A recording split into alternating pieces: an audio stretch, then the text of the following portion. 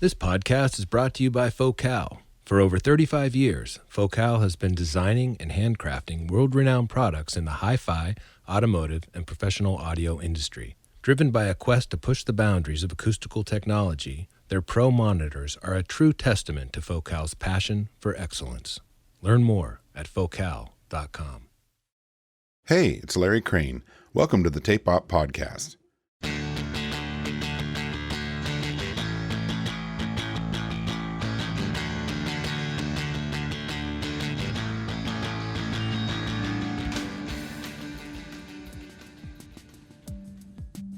Any of us who record rock music are likely aware of Glyn Johns. If you don't know his name, you know his work. Johns' legacy in the recording studio spans many years and includes some of the best groups of all time. In the 60s, he tracked seminal works for the Rolling Stones, The Who, The Small Faces, The Creation, and the Kinks. He even worked with the Beatles near the end of their career. He has produced and engineered Led Zeppelin, the Eagles, Bob Dylan, The Clash, and more recently, Band of Horses, Ryan Adams, and Patty Griffin. Without question, Glyn Johns is the sound of a large portion of rock radio and most of our record collections. We visited Glyn at his beautiful home in the country south of London and met a gracious host happy to give us a tour of the gardens and a few hours of his time.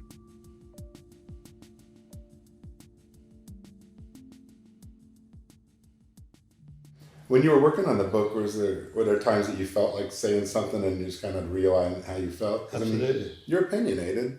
No. Yeah. Yes, you are.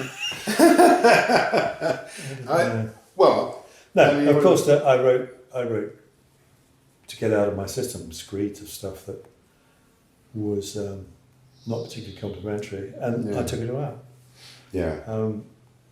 Realizing very swiftly that shouldn't be what the book, airing your dirty laundry in public is not really what the book should be about at all. So I took pretty much everything out, which I'm glad I did, I don't regret any of it. We had that with Phil Brown's book that we put out, and there was some stuff where, people actually sent it, there were some things where he was airing a little bit, and people would send us an email like, oh my gosh, that was me, and that was and he had some people come to him and just talk to him about what had happened 30 years ago or something. But it was, it's one person's perspective and another person's perspective. As far as I'm concerned, if I say anything negative about anybody, it's a bloody good reason. Right. I'm not, and if they hear it, or invariably I say it to them. But I mean, if they read it or hear it and they're upset by it, tough, because that's life. But I don't think it makes good reading for anyone. As somebody, a punter reading the book, I don't think it's good to sit there and hear someone waffle on in a negative way. Yeah. So I made the book as positive as I could. Yeah. And that's how I felt. And I left all the positive stuff in, basically. How did you feel about the reaction to the book, at the end of the day? I'm completely blown away, to be honest. I had no idea that it would be as popular as it is. It's doing really well, apparently. I don't know what the sales are, but it's doing great. Good. It's been a really good reaction to it. And initially, it was very strange for me to even accept the fact that anybody was treating it like a book. It sounds sort of the seriousness of like the book. False modesty, but that's the actual truth of it. It's very strange. I'm used to it now, but at the beginning it was, I thought, blimey, they haven't found out yet, Yeah. This is a crazy question, but has anyone optioned it? Would there ever be a possibility of a movie based on? There's been a lot of talk, and in fact, Ethan and I have already started on a documentary. Oh, right. Based loosely on the book itself. Yeah. It can't be. It's not about me. It's about the era, which is what the book was supposed to be. Absolutely. Yeah. So yes. Yeah. I mean, I think near the end of the book, you talk about this was an era. I was really lucky to be part of this. Yeah. What happened this time? How do things look to you these days with the music industry? And the recording, especially our end of it? To be honest with you, I'm so far out of touch now because I don't work very much, and when I do, I go in with blinkers and do exactly what I always did. It's not like I'm looking to learn any new technique or anything. Pro Tools certified? I don't. I have no. You know, I don't. I won't have a screen in my control room of any sort. So I'm not terribly qualified. I've lost touch a bit. I obviously I talk to people and everything. Ethan and I've been talking about it a lot.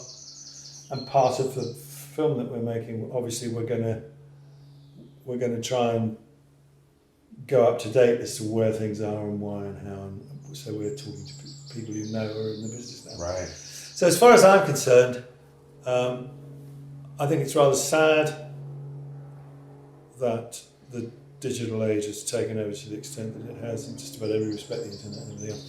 Yeah. Obviously, there are massive benefits. And I did an interview on Friday, and the same question was asked. And I am now where my mum and dad were with me. So my mother and father didn't understand one note of any piece of music I was listening to, or the way that people dressed, or the way they behaved, or anything. You know, it was completely alien to them, and I'm right where they were. So it's normal. It's nothing. I don't feel upset or anything else. Oh yeah. Sure. I feel a responsibility of sorts, as I'm obviously you do. You wouldn't be doing what you're doing, to encourage the young of today and hopefully pass on a little of the knowledge I've got, so that at least that way of recording is still made available. It's very rare that anyone. Right. I mean, most kids wouldn't know how to record more than one instrument at a time, which is ridiculous. Would you ever think of writing a book that was more technically oriented? Yes, I've been approached to do that, in fact, but I think it would more likely be a pamphlet than a book. I don't think there's quite enough for a book, to be honest. Oh, you sure? Yeah, pretty much. I don't know. I've never really thought tremendously about the way I work, or you know, I just sort of go on with it. And I've probably forgotten more of what I've learned over the years than I can remember now. Anyway, it's been discussed for some years now. And I might do it. I don't know. I don't know that I want to do another book, to be honest with you. I think one was enough, I think. Yeah. I might do a DVD. I think that actually might be better. Right, something more of a hands-on. Well, at least, you know, you can actually demonstrate. You can't always put down in words easily. You know, describing sound or whatever is not. Yeah. It's not easy to do. You must know that because you do it all the time. Dancing about architecture or whatever, the old quote. The writing about music is like dancing about architecture. Oh, okay. Yeah. So it's. I think it would be a lot easier to demonstrate what your point is. Well, so you're one of the few people after Bloomline to have a mic technique with their name affixed to it, right? which 99% of the representations of are complete nonsense. I love that. Someone else's idea of what my mic actually is.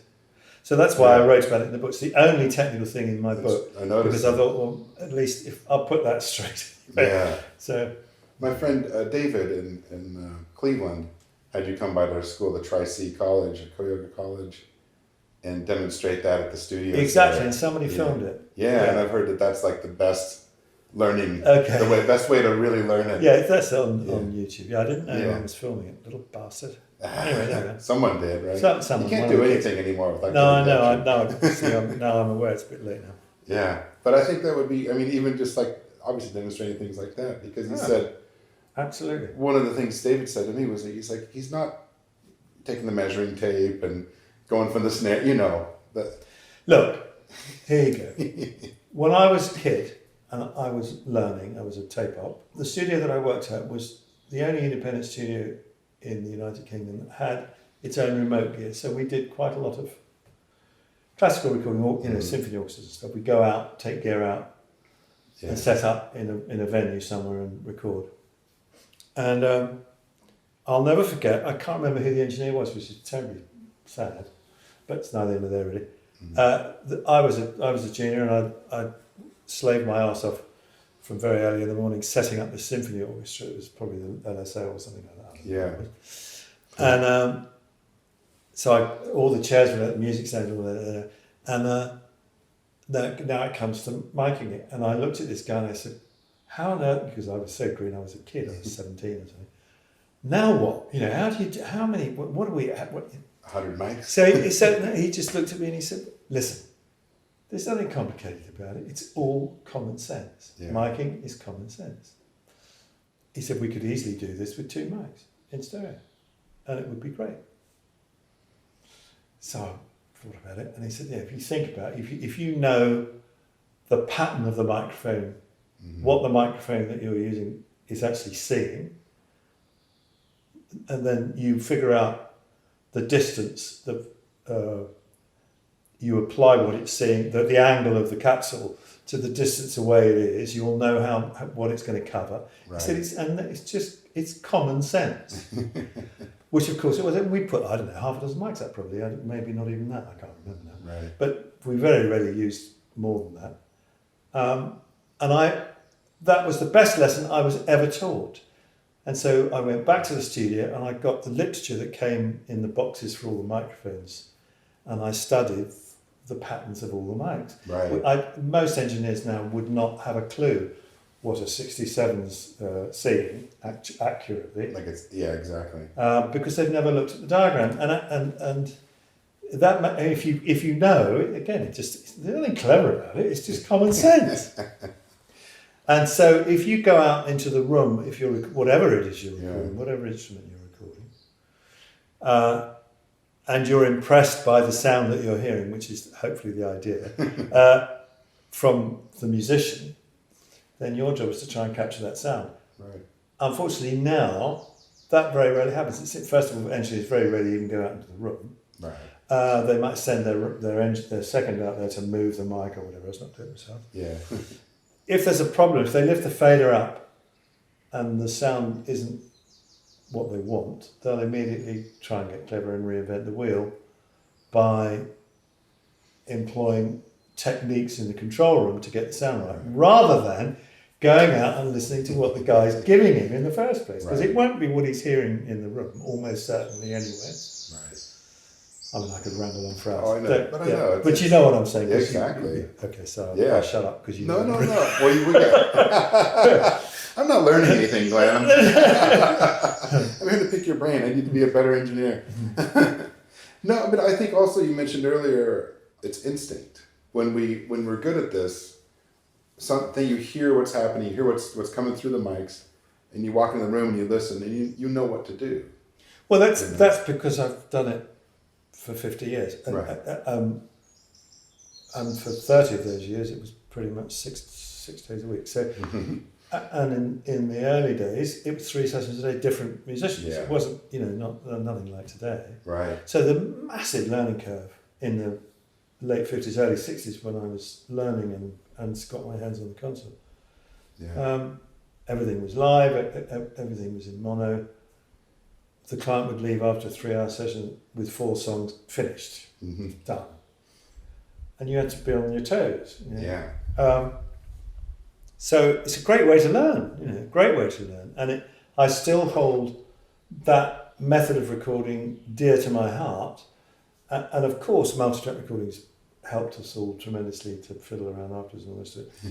But to me, delaying decisions to the end of the process is absurd, and the biggest time and money waster altogether, in my view, that there can possibly be. And I know that it's gone even way beyond that, where I've left off with 24 track.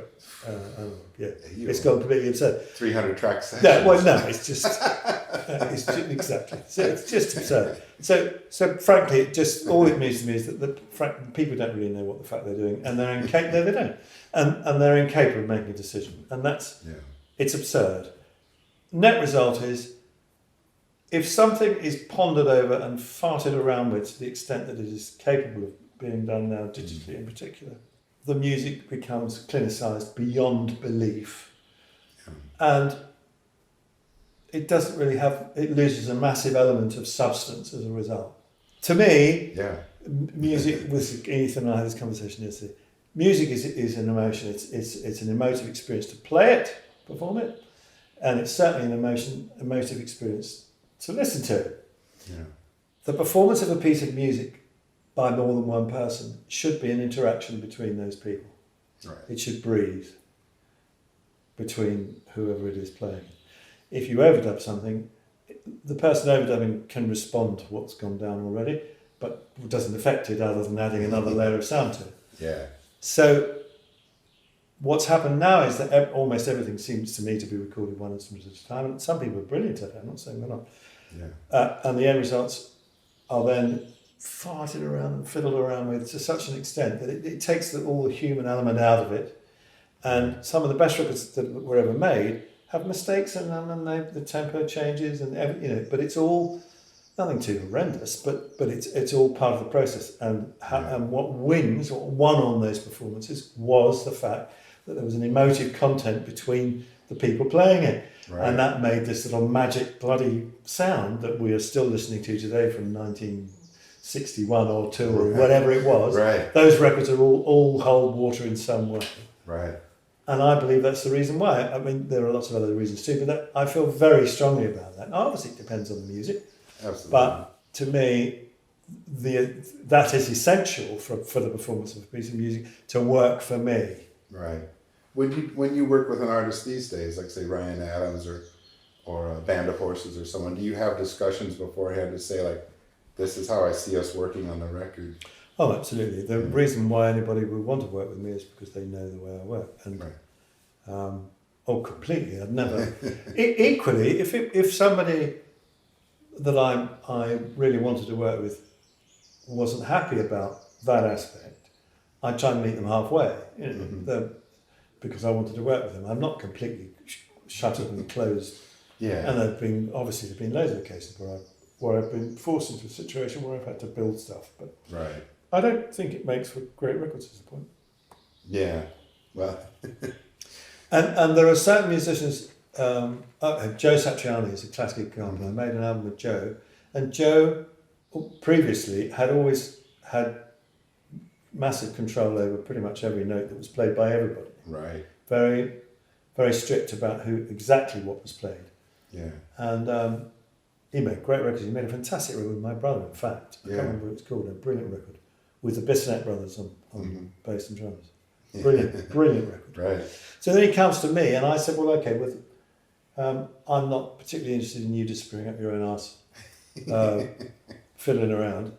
What I'd like to do is put you in a room with musicians that I consider to be as good as you, and I want you to play the guitar, and that's it. And they'll join in, Yeah. And he wasn't quite sure if he was going to be able to do it, but he did it. Bless him, and he did it brilliantly. Yeah. He's gone back to. We only made the one record, so he's immediately gone back to the way he's always worked, and obviously that has been hugely successful for him. I'm not. Yeah. However, I know for a fact that he enjoyed the experience, and that was him meeting me with my suggestion, and actually very difficult for him to do, but he's gone back to the old way, and good. Yeah. So anyway, I don't really know why I talked about that. Really, it was a bit of a Belly's record that you did, King, was one where I know you guys talked about playing very live as opposed to. I mean, Ryan's record is completely. He sings. I mean, there's not strings were overdubbed, or maybe another keyboard part or something like that. But and maybe he might overdub an electric guitar part or something. But but we could easily have released everything we cut without one single overdub on it. And you really know if it's happening. If it feels well, right. Of course, it's so much better for all the musicians if the singer's actually giving you a performance while they're playing, because they react to it. That's my point. Yeah. I find myself fighting with that all the time now. It'd be like, well, I had a band send me the rhythm section to start laying down the song. Yeah. And I'm like, where's the rest of the band? Yeah. Yeah. How do I produce this? Yeah. I don't even have a demo. No. I mean, there's something quite fun about building something, because it's like being given a couple of bricks and then the next day 2 more arrive and. And you see what you end up with. But it's different. It is different, and it can be fun. But I think people waste so much time. The very look, I've overdubbed on probably on every record I've ever made at some point, being percussion or a vocal backing, or somebody wanted to do more than one thing in the band. They want to play another instrument. You can't play 2 at once. And lots of times, obviously, the the vocalist needs to become more familiar with the song to enable him to sing it the way he really wants. So he'll do a guide of some sort. But it made a huge difference if he wasn't there at all, if there wasn't any kind of structure to the melody that everyone was hearing in the can. It's a massive difference. Gotta be. I know it's. I mean, time marches on, and it's progress in big quotes, but it's a lot of changes that I feel have been detrimental as well to certain recording scenarios. Yeah. And you hate to be like, that's not the way to make a record, because there's a million ways to make records. No, I'm just talking from my perspective. I totally... I respect all the other genres. I'm not saying I don't. I don't particularly like the results, but I accept the fact that that's just me being a boring old fart. You know, things move on. It's fine. You know, good luck to them. And there are certain instances where some of the records I actually think are really clever. I'm just talking about, don't let's lose sight of what it, you know, I don't know if I said this in the book or not, I can't remember. If I didn't, I should have. The recording process was invented originally to capture the performance of a piece of music. Right. That's what it was there for. Yeah. That was why it came about. Exactly. Unfortunately now, it's sort of the tail's wagging the dog a bit. You know? People don't write songs the same way because of the recording process, and they certainly don't make the records because of the same way because of the recording process. Right. It's sort of taken over, and some people would argue, well, it's given us far more opportunities to be inventive and sonically inventive and all the rest of it. Okay, don't argue with that. It's fine with me, just not my cup of tea. That's all. I felt like hopefully a lot of people in the music and recording community are starting to see how important a producer is. Because a producer is someone who can watch over and guide the process, and keep the technology from, keep the focus on the prize, so to speak. You know what I mean? Like a lot of people start working. But equally, I think a lot of the producers are blamed because they use the technology and introduce the technology without the artist even knowing half the bloody time. Well, the artist picking the right producer. Yeah, well, let's get to that. That's an interesting point. Right. I think the most difficult job any artist ever has is picking the right producer. Yeah. I think it's incredibly. I wouldn't want to be an artist for all the tea in China. Right. If I wasn't experienced or hadn't actually had the opportunity to work with the individual before, or seen them work, or whatever. Right. It's all very well somebody having a reputation and you liking the records that they've been involved with. Right. But you never really know as an artist exactly how much or to what extent, what sort of influence, what type of influence the producer had on the record. Right. I've made loads and loads of records where I was just lucky to be in the room, no question about it. I wouldn't want to take any credit at all. The artist takes the bloody credit. Right. And there are very few where that isn't true, actually, if I'm honest. Right. But on the other hand, like when you were working with Led Zeppelin early on, you felt like you were kind of sidelined credit-wise. Yes, I was.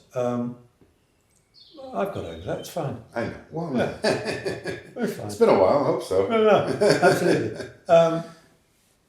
And looking at it from Jimmy Page's perspective, I understand why to an extent why he felt the way he did, and that was because they were so well rehearsed when they arrived at the studio. It wasn't like I'd had any influence over the basic arrangements of the songs. Right. So I certainly couldn't take any credit, and frankly wouldn't want to. I mean, it was pretty astonishing stuff, and innovative beyond belief. And I certainly wouldn't want to take a centime of credit for any of that. Right. All I did was record what was going on. I had a couple of productions. I thought I was producing it, so I was in there with a few ideas, a couple of suggestions here and there. But you don't tell that lot. I wouldn't dream of it. No. Well, especially in the UK, you were really one of the first people to sort of transition from engineer to producer and to freelance as well, right? I was the first freelance engineer in the world, I think, for some years actually. Yeah. Very strange. Don't know why that was, but anyway, it was. And I may have been. I don't. Probably. I've never really paid much attention. So yeah. But making that transition, being seen as an engineer, and then saying, well, at times I am producing. Sometimes people get confused about what is a producer. The ultimate question, which is always impossible to answer. Yes. Hold on one second. In the preface of my book, I can't remember what I said.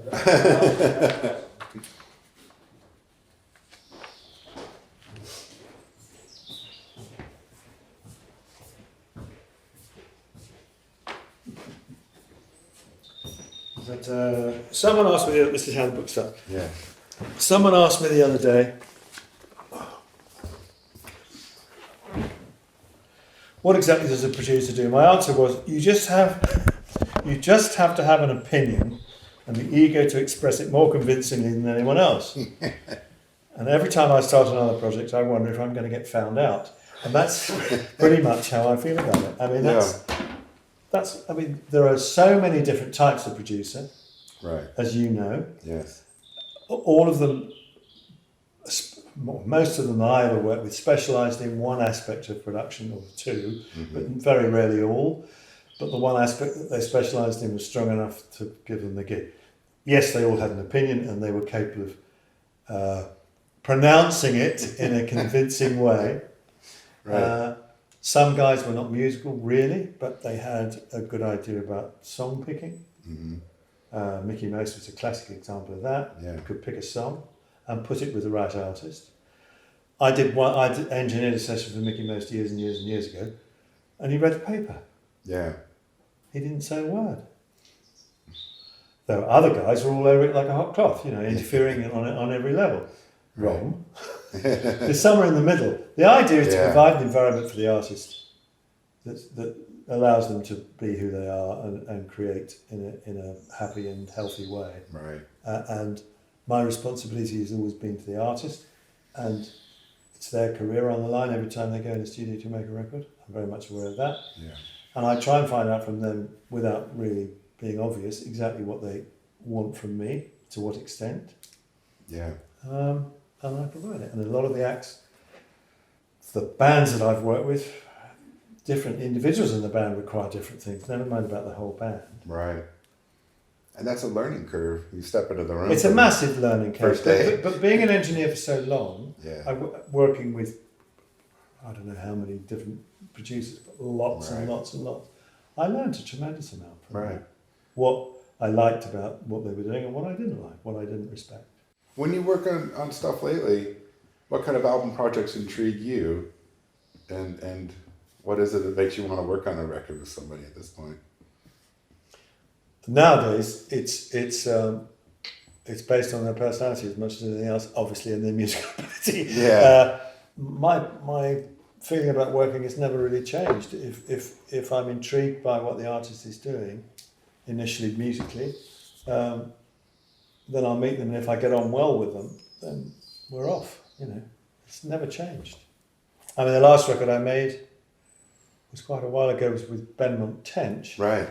I did that record for nothing, along with everyone else. Everybody did. Really? Yeah. Just because you knew it'd be a good experience. It was bloody marvellous. We had a great time. Yeah. It feels like that. People were queuing up to play on it. Absolutely. Yeah. So that gives you an example. Yeah. It isn't particularly, well, for some years, it hasn't been a question of, fortunately, of being terribly worried about income or whatever else. I've never been motivated by the possibility of the buck at the end of the day. Right. I've been very fortunate to have hit on some artists that have created a reasonable sales, but that wasn't the reason I got involved. Right. Well, one of my favorite records you ever worked on was, of course, Who's Next? And I know that had the origins as the Lifehouse story, and Pete Townsend's someone who comes in with things very well demoed, and as we know, and you had to take something that was sort of huge and conceptual and just tear it down and make a single album out of it. What was it like, kind of taking the reins or proposing just record the songs and then guiding that album? I didn't have to tear anything down. From Pete's perspective, he'd written the music for a film, and the film wasn't going to happen. So it would have been ridiculous if the music had gone to waste as a result of the film not happening. Right. So it was an obvious thing to point out the fact, well, we should just make music. Yeah, the songs are good. It wasn't a problem at all. It was Yeah. it was very, very easy to do. The demos were so self-explanatory. He is just extraordinary. He's a very good engineer, apart from anything else. I know. I think probably the major problem that we were confronted with was some of the grooves were not necessarily typical of what Keith and John would play. Right. And I felt that they needed to be slightly more conventional in the way they approached a couple of the songs. And so that was what I proposed. Like on which material? I don't remember which songs. Right, To be honest with you, I'll have to listen. Yeah, to but just to kind of slow down a little bit on Keith's fills? Or No, it wasn't even slow down. It was just being more conventional in the way the groove was played. Right. Not mind about the fills. Okay, And you're gotcha. never going to stop. Okay, well, I used to take half his kit away so he couldn't hear it. Basically. Just because it was sort of an instant reaction. I'm always been amazed at how, and using your kind of typical amount of mics and stuff, how well you really hear all the activity on his kit, on that album especially, and the power of it. It's like, Well, the reason you how hear can I the do power of this? it and the activity of it is because of the mic technique. Yeah, That's exactly it. Simplicity, yeah. Larry. Simplicity. But if I don't put all those mics on the toms, then the drummers come in and they go, I can't hear the high tom enough. Well, you tell him to hit it hard. Real simple. Real simple. I know. Very, very simple. Well, I wish these people could do that sometimes. Could do well. Hit it harder. Listen to instructions. Oh, well, if they won't listen to instructions, then it's their problem that they can't hear the fucking tom-tom. Look, think about it. Think about it. This is being recorded. You can play this for the next fucker that tells you. Think about it. Drums are designed, obviously, to project sound. Right? They're meant to be heard from a distance of a few feet or even further, actually, depending on the acoustics of the room. But they're designed to project. Yeah. So the sound of each drum actually comes into fruition a good 3 or 4 foot away from the actual drum, if you think about it, or maybe 2'6", depends how hard it's being hit, I suppose. Right. Same with any instrument, amplifier, acoustic guitar, strings, whatever you're talking about. No musical instrument is invented to be heard from 6 inches or 3 inches or 2 inches away, right? So the minute you put a microphone right up against the skin of a drum, or a microphone right up against the hole of an acoustic guitar or whatever else, Right. you've got a problem because it doesn't sound like it's supposed to. Now, maybe you don't want it to sound like it's supposed to, so that's a whole other thing. But let's say we're trying to get a really good drum sound. Yeah. One of the, I don't know about you, but one of the reasons when I've got session musicians, one of the reasons I would book a particular drummer is not just because he can play well, but because of the sound he gives me. Right. The way he tunes his kit. It's very much part of who he is. Same with any guitar player, whatever it is, if they get a really good sound and they have a good comprehension of sound for different styles of music or whatever else, that you want them in the room. You don't want to have to start telling somebody what sort of sound you require necessarily. You want their instinct to it, you know what I'm saying. Right. Oh, yeah. Right. So, I'm drifting off into bloody perspective. Okay, so here we are. You've got a microphone that's an inch away from a drum, so it sounds like shit. It's got to sound like shit. It doesn't sound like the drum. Right. So you then have to get clever and fart around with it to try and make it sound like a drum. Right. So you're in trouble, but you've created the problem yourself by putting the microphone there, right? Yes. Okay, so you multiply that by 12 or however many microphones people Right. use on drums now. You've got phase problems, it just goes on and on and on and on and on. And the sound of the drummer, his sound, has got nothing to do with what you're hearing at all. 1. 2, the dynamics in what he's playing goes immediately. Mm-hmm. So basically it's an insult to the drummer. So you could say to him, it's an insult to you for me to put a microphone that close to your fucking drum and for me to mix it where I think it should be balanced with the rest of your kit. So it's your job to provide the dynamics of what you're playing, right. not mine. Right. So it's in your best interest for me to mic it from a distance and then I can hear accurately the sound of your kit. And if the snare drum doesn't sound right for the song or whatever else, that's because it's the wrong snare drum. It isn't tuned correctly for the song or whatever else. So it's his fault, not yours. But also, I assume you agree with me. Our job is to go in and say, let's change the snare drum. Let's tune it. Let's change it out. Let's get the things that are feeling right. Tune your drums. Yeah. Well, of course, if it's a band, you're not choosing the drummer. He's in the band. Right.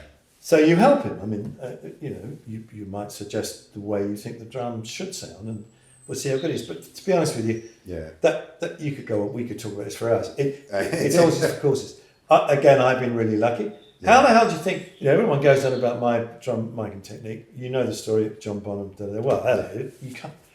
This man got the greatest drum sound you ever heard in your life. Yeah. And if it hadn't have been John on that session, I probably wouldn't have ever discovered that particular method of stereo miking. Really, just because of his... Yeah, it was because it's so fucking amazing, yeah. So when you were standing in a studio, live room, he's playing, you're just like, it's here. Oh, no, I'd always used the positioning of the microphones the way I had. What happened on the Led Zeppelin session was, prior to that session, I'd always done drums in mono, like everyone else. Mm-hmm. What had been your technique there? Well, it was the same mic setup, identical. Yeah. But what I discovered on the Led Zeppelin session was putting one microphone on one side and one on the other, and creating stereo drums, which Right. How do you feel about your brothers? Your brothers work with them after you. Also sounds fantastic. Was it fun to listen to his perspective on recording? If I'm really honest with you, I've never have. Yeah. Never listened to him? No. Yeah. I don't own the Led Zeppelin record. I don't own the one I did. So. Right. Just moved on. You were busy. Yeah. What about Andy's work in general, though? Genius. Because it's genius. It's different than yours. Brilliant. Absolutely brilliant. Yeah. No question. Yeah. Much. He took what Led Zeppelin started, the heavy rock side of things, and sailed off into the sunset with it. Fantastic. Yeah. Fantastic. I wouldn't know where to start. Would you ever guess that he would be following in your footsteps, so to speak? Were you guys on a similar track when you were young? Well, no, he was much younger than me. How much younger? 8 years. Yeah. 9 years, maybe. A substantial amount when you're young. When he was at school, I was doing the Stones, and he got interested in what I was doing. And then when he left school, I got him a job at Olympic as a trainee. Right. So it was pretty obvious he was going to follow in my footsteps. Very different sort of guy to me. Yeah. Completely different personality. And astonishing engineer. Completely different approach to recording to me and everything, I mean, perhaps there were similarities, but brilliant, absolutely brilliant. Yeah.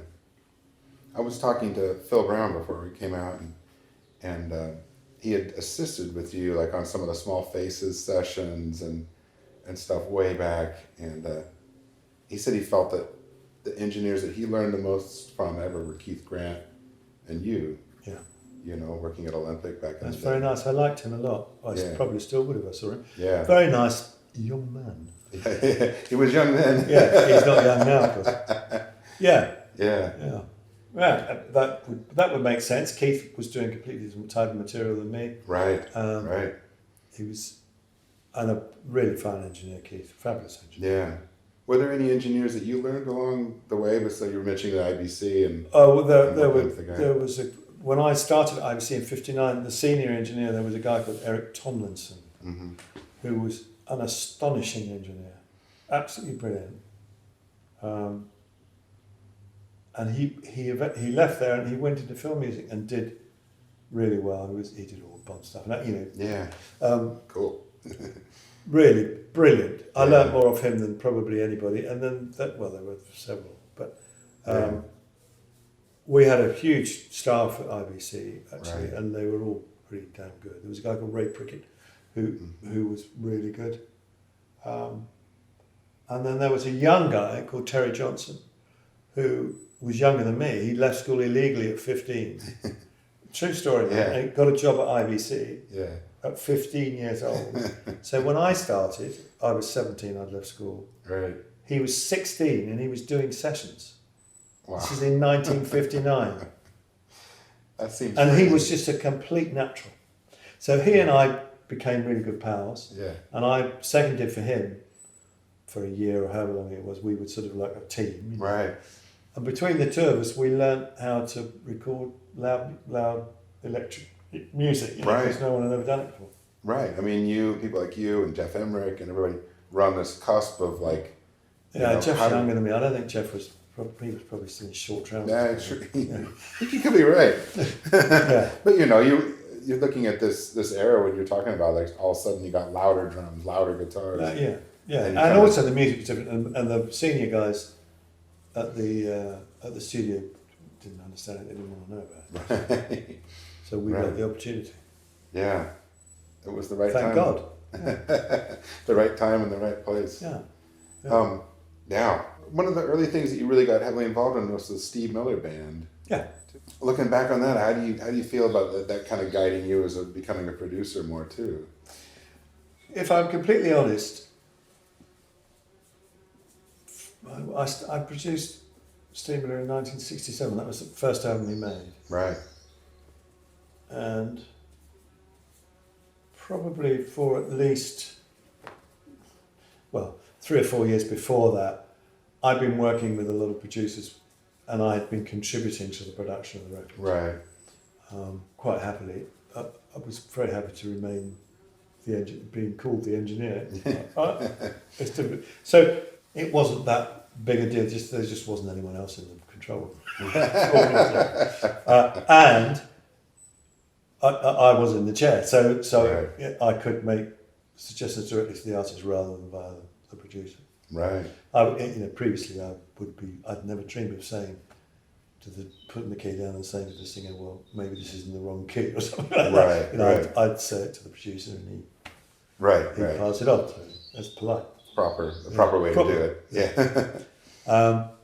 So the transition was great. It was being let out of a cage because I had lots of ideas that I'd been saving, if you like. Yeah.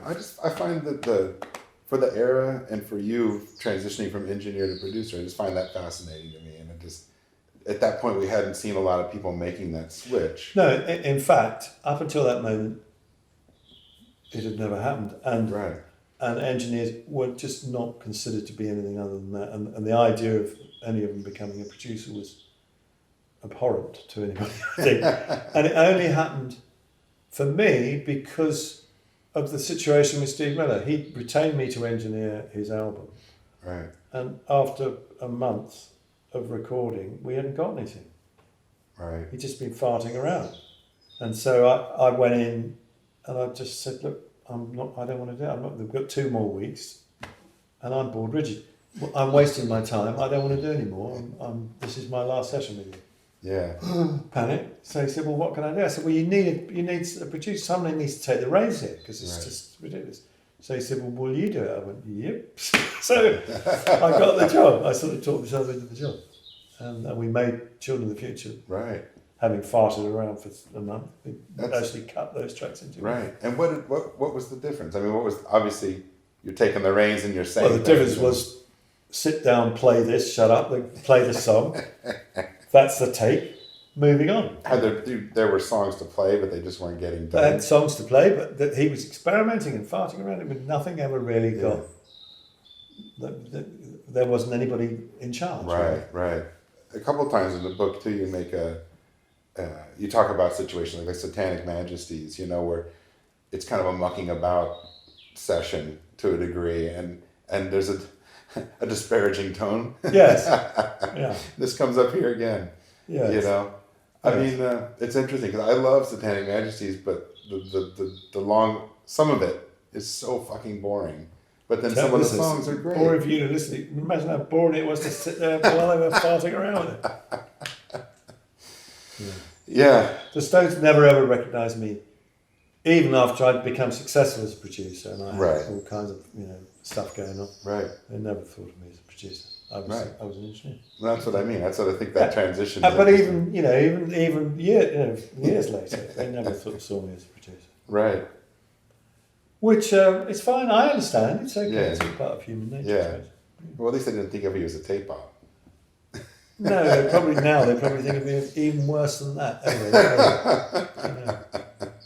Anyway, Even if someone says you're just the engineer, Larry, I want to help guide the thing to be a better result.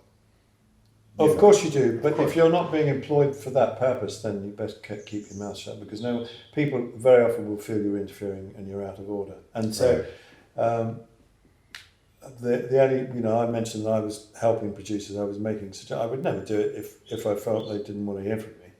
Right.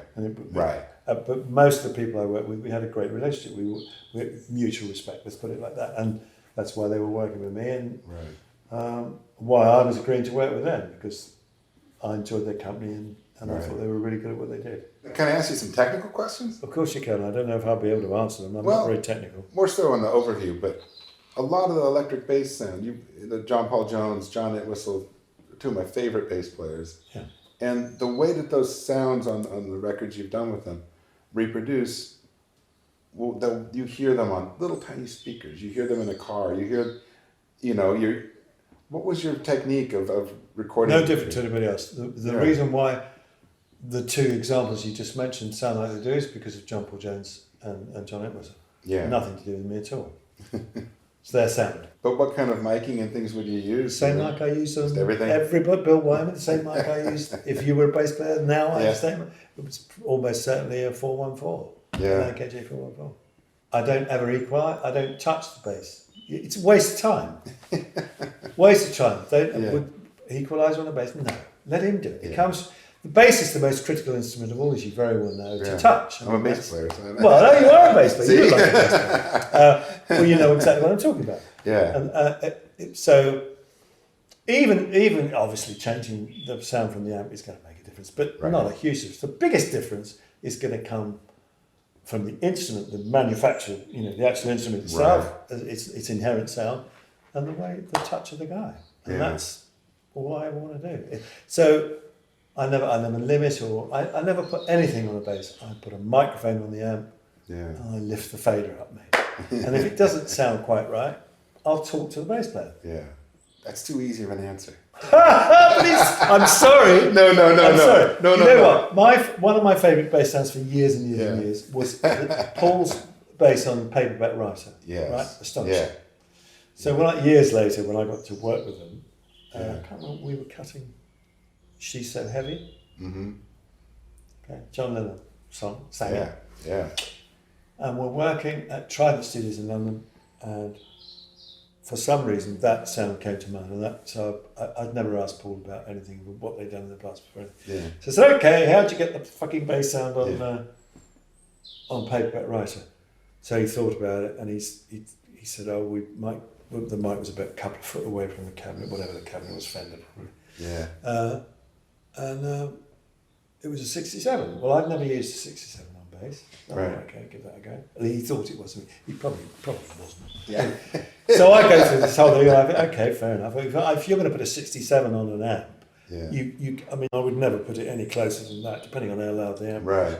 Right. Pete, I used to use, on odd occasion, I'd use a 67 with his high watt stack, and I'd mic it from that distance. So let the sound kind of develop. Except we're back to where we started. If it's a big amp, the sound's got to develop out of it. There's no point in miking up against the bloody cabinet.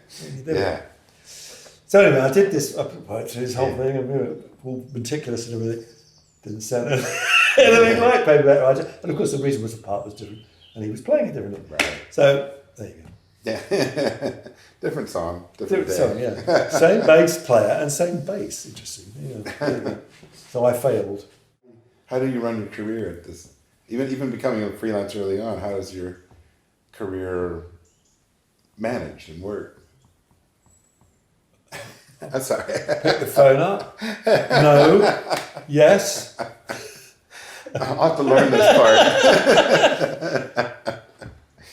Well, there's always the thing of, management, engineer, producer, management. Bullshit. Now it's essential, I think. Yeah. But now it's become essential because, and it's been that way for quite a while. You brought that up, and I was going to ask you about that, but like hating the music changing, and also Phil Brown said the same thing to me. I just hated the punk movement when it showed up. Yeah. You know, what was it about it that? Well, it wasn't music really. What was wrong with it? Yeah. Nothing to do with music at all. I think it's just more. Well, it had, the image was violence and sort of unpleasantness, but unnecessary. Then you did work with the Clash, who I know I did, you and really they taught me a enjoyed. lesson. They taught me a lesson, a massive lesson. Listen, believe it or not, I'm very blinkered.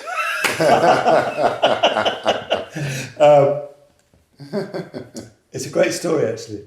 Muff Woodward, who was head of A&R at Steve's brother Muff, who I've got a lot of time for, is a really good guy. Legendary. He's a really good guy. Yeah.